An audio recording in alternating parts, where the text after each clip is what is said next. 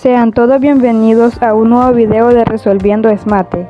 En este día les explicaré un poco acerca de la lección 2.3 de la unidad número 4, la cual se llama Caracterización de los ángulos correspondientes. En el video anterior he explicado un poco acerca de estos ángulos, pero ahora los veremos un poquito más a fondo. Vamos a ver qué nos plantea el problema inicial. Construye dos rectas paralelas L y M. Traza una secante. Nos hacen la pregunta, ¿qué relación existe entre la medida de los ángulos correspondientes? Ahora, para ver esa relación, lo primero que haremos, como nos plantea el problema inicial, es construir dos rectas paralelas y las nombraremos L y M. Lo haremos de la siguiente manera. Se trazan las paralelas haciendo uso de las escuadras. Como ustedes pueden ver en la siguiente figura, tienen que poner las escuadras de la siguiente manera para poder trazar las rectas paralelas. Cuando ya hemos hecho esto, lo que haremos como segundo paso es trazar una secante como nos dice el problema inicial. Ahora, para trazar la secante lo haremos de la siguiente manera. Como ustedes pueden ver, aquí trazamos la recta L y trazamos una recta M, y estas rectas son paralelas como las estoy señalando ahorita con el cursor, y la recta secante que trazamos es esta recta que está acá. Ahora, para denotar el paralelismo entre dos rectas se utiliza el símbolo, este símbolo que ustedes pueden observar acá que les estoy señalando. Es decir, si la recta M es paralela a la recta L, se denota como M es paralela a L. Recordemos que si nosotros tenemos dos grupos de ángulos, ¿verdad? Podemos decir que este es el grupo 1 y este es el grupo 2. Ahora, vemos que a cada ángulo del grupo 1 le corresponde un ángulo del grupo 2. Bien, vemos que al ángulo A le corresponde el ángulo E, al ángulo D le corresponde el ángulo H, el ángulo B le corresponde el ángulo F y al ángulo C le corresponde el ángulo G. Estos se llaman ángulos correspondientes. Vemos que aquí los han identificado por colores. Vemos que el ángulo A tiene color rosado y el ángulo E también. Y así sucesivamente van también los otros ángulos identificados por colores. Así que estos reciben el nombre de ángulos correspondientes. Como ya refrescamos un poquito nuestra memoria acerca de los ángulos correspondientes, ahora vamos a ver algunas peculiaridades de ellos. Vamos a medir los ángulos para ver qué encontramos. Midamos el primer par de ángulos correspondientes, los cuales son estos. Bien, vemos que este ángulo mide 130 grados y el otro ángulo que es correspondiente a este también mide 130 grados. Ahora pasemos al otro ángulo. Si medimos este ángulo, vemos que mide 50 grados. Como ya les expliqué dónde está ubicado también el ángulo que le corresponde es este, ¿verdad? Y vemos que también mide 50 grados. Y lo mismo pasa con los otros ángulos. Entonces, con todo lo anterior podemos llegar a la conclusión de que si dos rectas paralelas son cortadas por una recta secante, los ángulos correspondientes son iguales. Como pudimos observar en todos los casos anteriores, los ángulos correspondientes eran iguales, ¿verdad?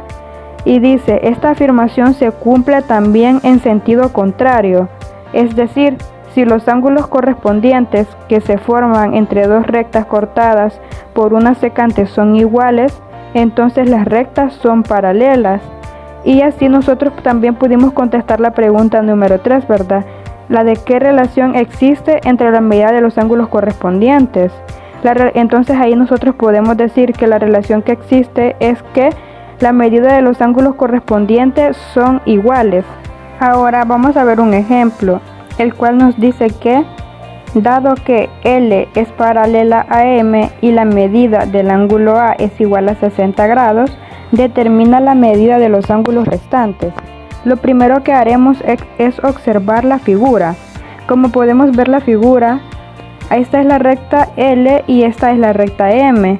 Vemos que esta es la recta secante que la han nombrado como S. Y también que el ángulo A es igual a 60 grados. Ahora, en este ejemplo vamos a hacer uso de lo que hemos aprendido en las lecciones anteriores. de los ángulos suplementarios, de los ángulos opuestos por el vértice y también de los ángulos correspondientes. Para empezar, viendo la figura nos podemos dar cuenta que el ángulo A es un ángulo suplementario con el ángulo D, porque si nosotros sumamos la medida de estos dos ángulos nos da una cantidad de 180 grados. Ahora, entonces teniendo en cuenta eso, lo que podemos hacer nosotros es igualar el ángulo A sumado con el ángulo D a 180 grados. Nos quedaría como A más D es igual a 180 grados. Lo que haremos es sustituir el valor que nosotros ya conocemos de A. Sabemos que el ángulo A es igual a 60 grados. Entonces lo que haremos es sustituir el A por 60. Y nos quedaría como 60 más el ángulo D es igual a 180 grados. Y posteriormente solo pasamos el 60 a restar a 180 porque está sumando, ¿verdad? Entonces quedaría que el ángulo D es igual a 120 grados. También en la figura nosotros podemos observar que el ángulo C y el ángulo A son opuestos por el vértice. Y si ustedes se recuerdan, en las lecciones anteriores hemos dicho que cuando dos ángulos son opuestos por el vértice, sus medidas son iguales. Entonces por eso podemos decir que el ángulo C mide 60 grados por ser opuesto por el vértice con el ángulo A, y lo mismo pasa con el ángulo B y el ángulo D. Como nosotros ya encontramos la medida del ángulo D, el cual es 120 grados, entonces el ángulo B también va a medir 120 grados. Ahora vamos a hacer uso de lo que hemos aprendido este día en la lección 2.3. Vamos a hacer uso de los ángulos correspondientes. Como nosotros ya pudimos ver que la relación que existe entre las medidas de los ángulos correspondientes es que las medidas son iguales, entonces nosotros aquí podemos observar que el ángulo A y el ángulo E son ángulos correspondientes. Entonces, como el ángulo A mide 60 grados, eso indica que el ángulo E también va a medir 60 grados por ser correspondientes. Ahora, el ángulo G y el ángulo C también son ángulos correspondientes. Entonces, como nosotros ya encontramos la medida del ángulo C, que es 60 grados, entonces también el ángulo G va a medir 60 grados.